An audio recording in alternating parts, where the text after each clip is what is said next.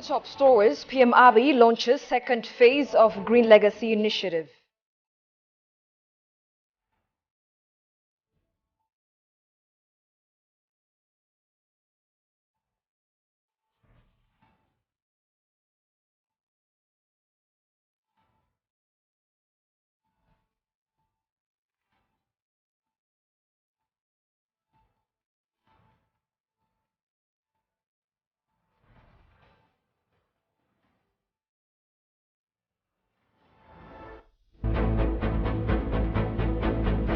And the House of People's Representatives deliberated 801.6 billion birr draft budget for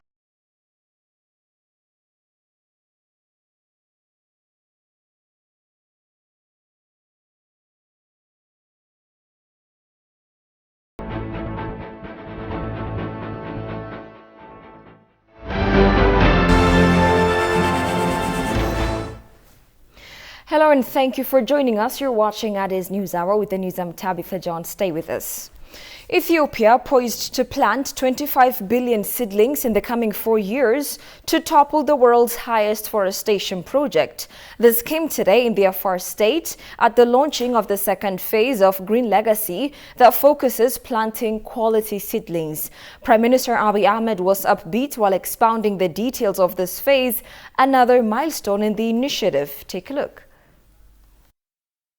Ethiopia has planted over 25 billion seedlings in a 4-year period, hitting above the state goal for the Green Legacy Initiative. Launched in 2019 and spreaded by Prime Minister Abiy Ahmed, the Green Legacy Initiative seeks to address environmental challenges by promoting greening Ethiopia. The nation, whose initiative has become exemplary in the globe, has sped forward launching the second phase of the Green Legacy in Afar regional state under the theme Let's Plant Our Future Today. Prime Minister Abiy unveiled that Ethiopia set to plant another 25 billion seedlings in the coming 4 years to hit the world's highest afforestation project. ባለፉት 4 ዓመታት 20 ቢሊዮን ችግኝ ለመትከል አስበን We've managed to plant 25 tree seedlings against our target of 20 billion seedlings. With this tremendous success, catapulting us to yet another stage, we're setting a rather ambitious goal of 25 billion seedlings in the coming 4 rainy seasons. There's only one thing keeping Ethiopia's success from becoming the world's highest afforestation project, planting a total of 50 billion seedlings. And I'm here to assure you that we certainly will. ጉዳዮች ያሉ ቢሆንም ቢያንስ 50 ቢሊዮን ችግኝ በመትከል The inaugural phase of this grand initiative has yielded commendable triumph. For example, when evaluating the rate of seedling regrowth in 2014 Ethiopian calendar, it exceeded 88%. Over the past 4 years, our goal was to plant 20 billion seedlings, but we successfully planted 25 billion. This indicates that, on average, 80% of the seedlings have now grown into mature trees. This accomplishment serves as a clear indication of community ownership. Over the past 4 years, the nation has steadfastly devoted to realizing this by rallying millions of its citizens in monumental tree planting campaign. We do have a water resource, but it falls short of meeting our needs. It is crucial to develop and utilize this resource effectively. The Green Legacy initiated by our esteemed Prime Minister serves as an appropriate tool to harness and make the most of this invaluable resource. The distinctive aspect of the Green Legacy program, setting it apart from other grand programs in the country, is its inclusive nature. Just like the Grand Ethiopian Renaissance Dam, it allows the people of Ethiopia to actively contribute and leave their mark on this significant national endeavor. The Green Legacy program, initiated by our esteemed Prime Minister, was originally designed to provide a pathway for participation by all citizens. Ethiopia is driven by a visionary ambition to forge a prosperous future its people and land to move out of poverty. Deputy Prime Minister and Foreign Minister of Ethiopia Demeke Mekonnen pleaded with the international community to prevent ISIS, the Islamic State, Al-Shabaab and other terrorist organizations from raising money and recruiting fighters. In his remarks at the ministerial meeting of the International Coalition to Defeat ISIS-Daesh, Demeke said that Ethiopia stands firm in the global effort to eliminate terrorism. Demeke emphasized that Al-Shabaab continues to pose a threat to the Horn of Africa and the rest of the globe by taking lives and destroying livelihoods as Ethiopia fights terrorism both at home and abroad. Demeke emphasized the importance of working together to halt the surgence, growth and networking of such groups in Africa and other regions. He underlined that not just one country, but all countries share the suffering that these organizations cause. It is noted that the coalition, which now has 85 members, seeks to combat Daesh from all angles, from destroying its networks, systemizing the organization propaganda and movement of foreign terrorist combatants across borders, to seriously harming its infrastructure on the economic fronts.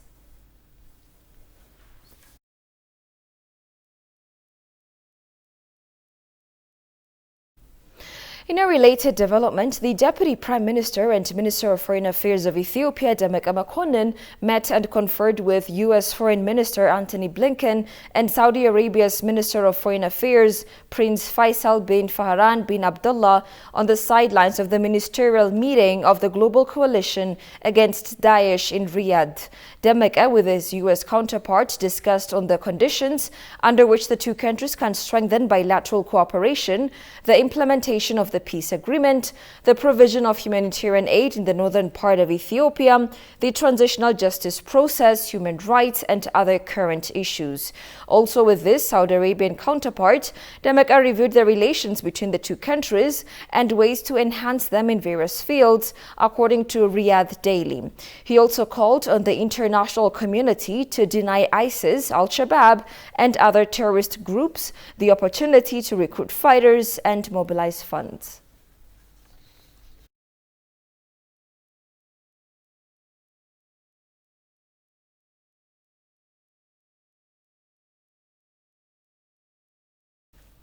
The 547-seat Legislative Assembly of Ethiopia's federal lawmaking body deliberated on draft budget of the 2023-24 Ethiopian fiscal year. The Ministry of Finance, Ahmed Shide, underscored that 800.16 billion birr proposed budget has been prepared from the outlook of maintaining national security, helping citizens displaced by natural and man-made disasters, rebuilding the infrastructure damaged due to conflict. Shagaw Yamato has more. The 801.6 billion birr draft budget of the Ethiopian federal government for the 2023-24 Ethiopian fiscal year presented to the House of People's Representatives. It is to be recalled that during the 21st regular session, the Council of Ministers approved 801.6 billion birr draft budget. Minister of Finance Ahmed Shide presented details of the proposed budget, which is based on the 2023 to 2027 medium-term macroeconomic and fiscal frameworks at the 6th House of People's Representatives second year 24th regular session on Thursday. The draft budget of the federal government has been prepared from the outlook of maintaining national security, helping citizens displaced by natural and man-made disasters, rebuilding the infrastructure damaged due to conflict, the minister said. The 2023-24 proposed budget has allocated 369.6 billion birr for the regular expenses of the federal government,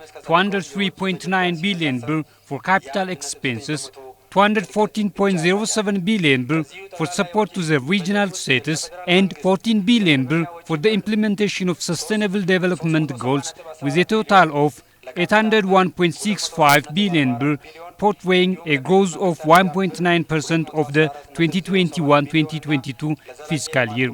The proposed budget has been prepared from the outlook of maintaining national security, helping citizens displaced by natural and man-made disasters, rebuilding the infrastructure damaged due to conflict. It has also been prepared for the outlook of achieving the directions and objectives of social and economic transformation that may occur in the future. Members of the parliament raised different issues following the deliberations of the draft budget. Some MPs posed issues like suspension of new projects, prevention of government job employment, budget allocation criterion to regions are among others. We promised our people to do a lot during the election campaign. The budget allocation does not allow all this to accomplish. For example, when we see the capital budget, it is not sufficient to keep the already designed road projects, not to mention the establishment of new ones. Some are disrupted due to the conflict. So, how can we convince our people when we go back during summer vacation? Responding to questions raised from the members of parliament, the finance minister said, "We don't have the income to establish new projects. We do not have the money that enables us to construct new projects for the coming year, as there is no ample income. In addition, we need to work on market stabilization and sustain economic growth." After discussing the draft budget, the House of People's Representatives headed to the Standing Committee of Planning, Budget and Finance for detailed review.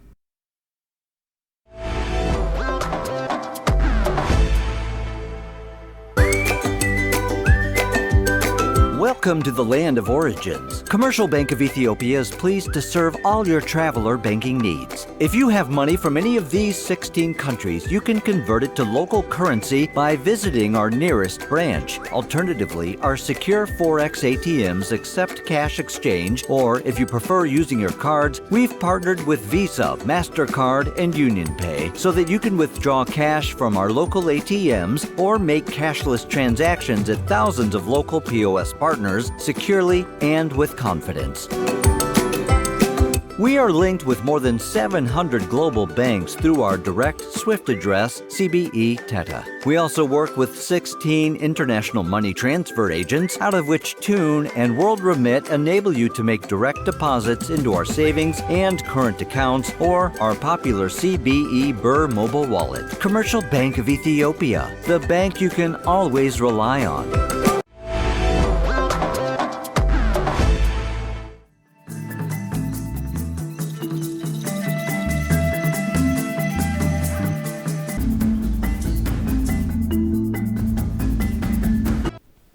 Welcome back. The U.S. announced the approval of the $112 million Country Operational Plan 2023, COP23, through the U.S. President's Emergency Plan for AIDS Relief Program to support Ethiopia's continued response to end HIV/AIDS in 2030. COP23 represents the culmination of the cooperation between U.S. President's Emergency Plan for AIDS Relief and the Ministry of Health to plan and develop programming to support the needs of people living with HIV in Ethiopia.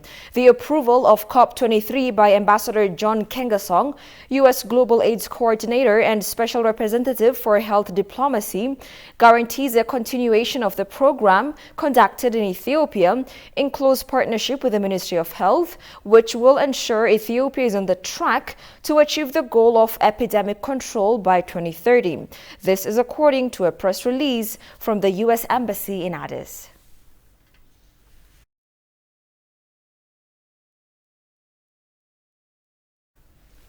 The Russian Federation always remains a genuine partner and unshakable relations with successful governments throughout the ages with Ethiopia, as one can draw a lesson from the traditional bilateral relations and excellent political and people-to-people ties as well. Ambassador Yevgeny Terekin urged Ethiopia's leadership and the general public to fortify the relationships with the Russian Federation by collaborating on a range of initiatives for the mutual benefit of the two countries. Kasahun Chani reports. may learn from the long-standing bilateral relations and strong political and people-to-people contacts with Ethiopia that the Russian Federation has always been a reliable partner and has maintained stable relations with Ethiopia under numerous regimes over the age. According to Russian ambassador to Ethiopia, the partnership and cooperation between Ethiopia and Russia will grow in a number of areas. On an exclusive interview with BBC English, Tarahin emphasized that despite political and historic changes, Ethiopia and Russia will have always been highly trustworthy and close friends. Traditionally, excellent bilateral relations between our countries. I have spoken, including you, on many occasions about the history of our bilateral relations. So maybe today it would be better just to make a stop on a short stop on the present day situation. First, political relations, they're excellent. We're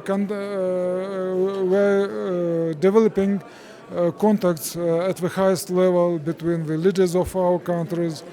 We have constant political contacts at the level of different ministries, including the ministries of foreign affairs.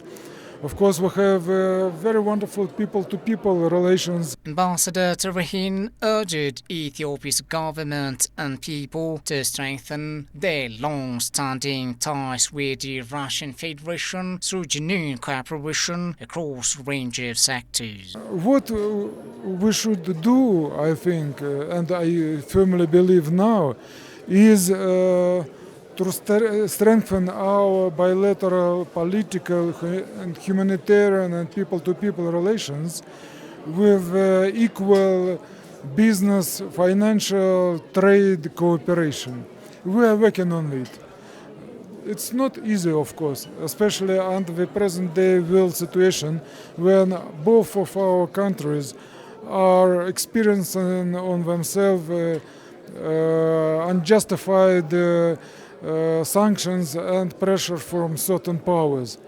But nevertheless, we shall overcome all the problems, and I firmly believe that our bilateral relations have a very bright future. The envoy stated that Russia is considering how to use space technologies to further Ethiopia's specific practical goals in reference to space cooperation. It was to be noted that during a visit of Russian Foreign Minister Sergei Lavrov to Ethiopia, the two nations decided to continue enhancing their ties in terms of international diplomacy, business, trade, research and technology.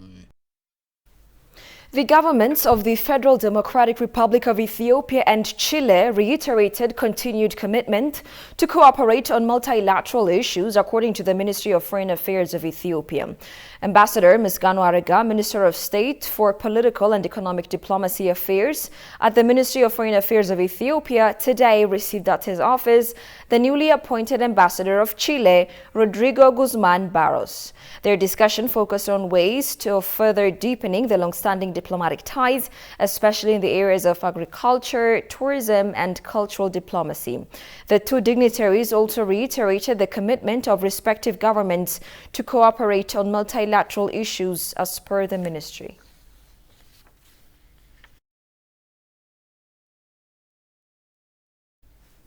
The governments of two Global Compact on Migration (GCM) champion countries in the region, Ethiopia and Kenya, have convened for the first dialogue on the implementation of the Global Compact for safe, orderly and regular migration in the East and Horn of Africa in Nairobi, Kenya, with the support of the International Organization for Migration (IOM) Regional Office for the East and Horn of Africa as coordinator of the United Nations Network on Migration.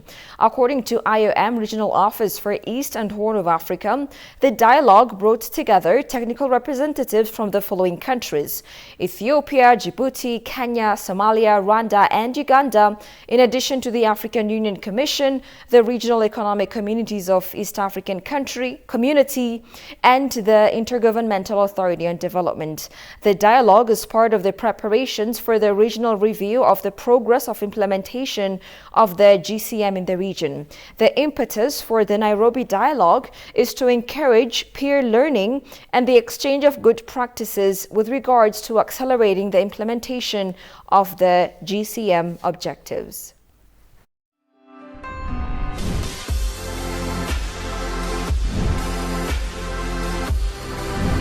Ethiopia, as a country, has always been known worldwide the best place for tourism. Remind me my visits to different beautiful sites in Ethiopia. Tour guides are really important in the development of tourism. In general, I would say they are the biggest ambassadors of the country and the sector. All people is best for this city.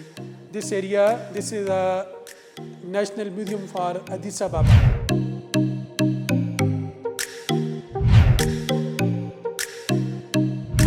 In the past 3 years, the tourism industry has been highly affected, first with COVID, and the second with the conflict that has happened in the northern part of the country. Photo exhibition or events like this, one thing, it will be a meeting point, it will be a hub for the professional or for the industry stakeholders. Addis is a vibrant and flourishing city where many people from the regions and the international community who are the diplomatic corps resident in Addis and also tourists passing via. Best option for like in Ethiopia, Unity Park. This is the best option for visitor.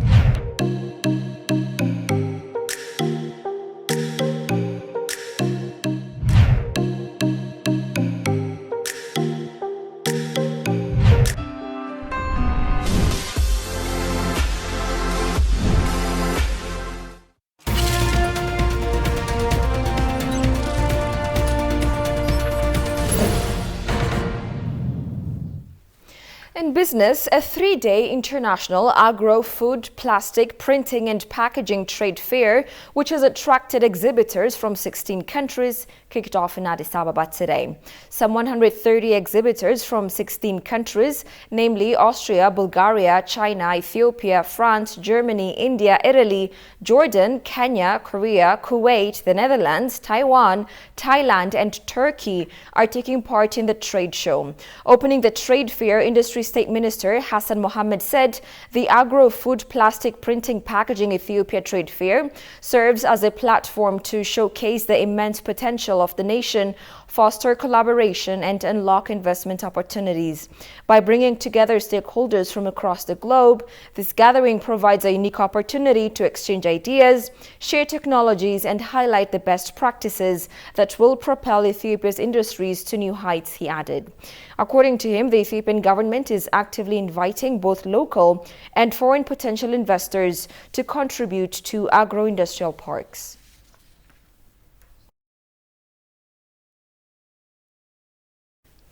Ambassador Teferra Derbo, Ambassador Extraordinary and Plenipotentiary of the Federal Democratic of Ethiopia to the People's Republic of China, has met and discussed with Zhiling Wei, Senior Vice President of Geely Holding Group, on ways of investing in Ethiopia. During the meeting, Ambassador Teferra briefed the Senior Vice President on the potential and the incentives that have been given in Ethiopia. Quote-unquote, Ethiopian government has committed to assist foreign enterprises in creating a conducive business environment in Ethiopia, he has mentioned. Zhiling Wei, on her part, stated that Ethiopia, as the second most populous country and the gateway to Africa, will provide a great opportunity for Geely Automobile Company to invest and to have an access in entering the market. Ambassador Teferra assured Geely Holding Group that the embassy is always ready to assist and collaborate until it establishes the assembly plant in Ethiopia.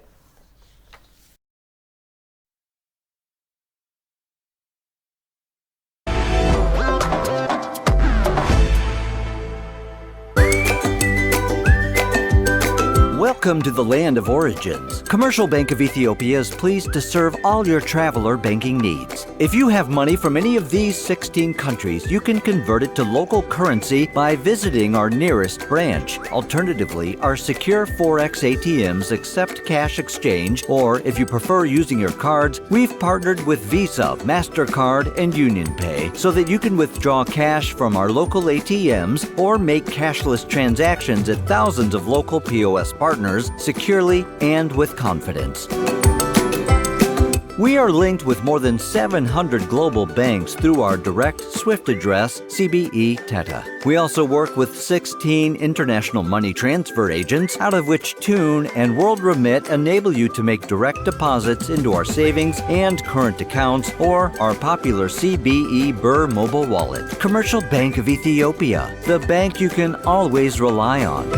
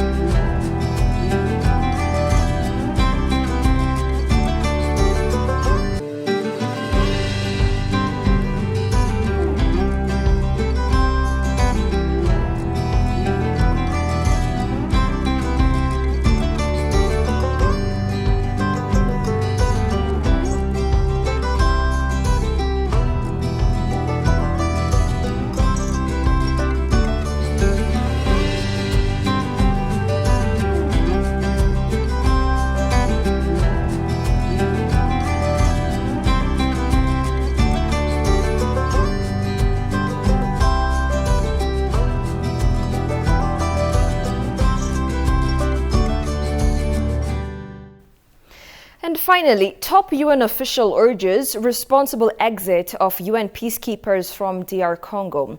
UN Under-Secretary General for Peacekeeping Operations Jean-Pierre Lacroix stressed that the transition needs to be carried out in a gradual and responsible way, and that there needs to be a rise in strength in the services of the state. UN peacekeepers have operated in the Democratic Republic of Congo since 1999. Johannes van Douwen has the detail. The UN peacekeeping force in the Democratic Republic of Congo, known as MONUSCO, is one of the largest and costliest in the world. It has 16,000 peacekeepers and an annual budget of around $1 billion.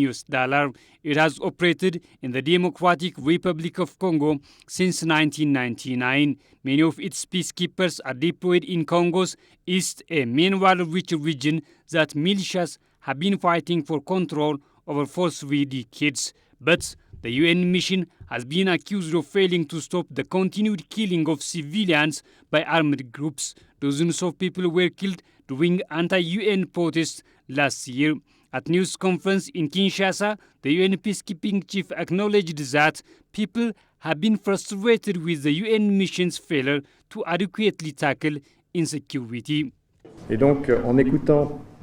So, as we listened to our Congolese counterparts, we took note of their priorities, increased support for the capacity building of the Congolese state, in particular, strengthening the armed forces and reinforcing the police force. Lacroix said MONUSCO wants to withdraw as quickly as possible from the Democratic Republic of Congo, something many in the country have been calling for. But he said this must be done in a gradual and responsible way. As I said, the protection provided by MONUSCO is once again critical for hundreds of thousands of civilians. We're obviously going to continue this work and at the same time work with the Congolese authorities so that, as I said, the process of the Congolese state becoming more powerful will enable us to gradually reduce MONUSCO's presence, but to do so responsibly. Once again, I would like to stress that there must be no security vacuum which would be fatal to these populations. The UN Under-Secretary General defended MONUSCO's performance so far, saying its mandate limits the help it can provide to other regional forces in eastern Congo. You're watching Addis News Hour. Here's a reminder of the stories making headlines. PM Abiy launches second phase of the Green Legacy Initiative.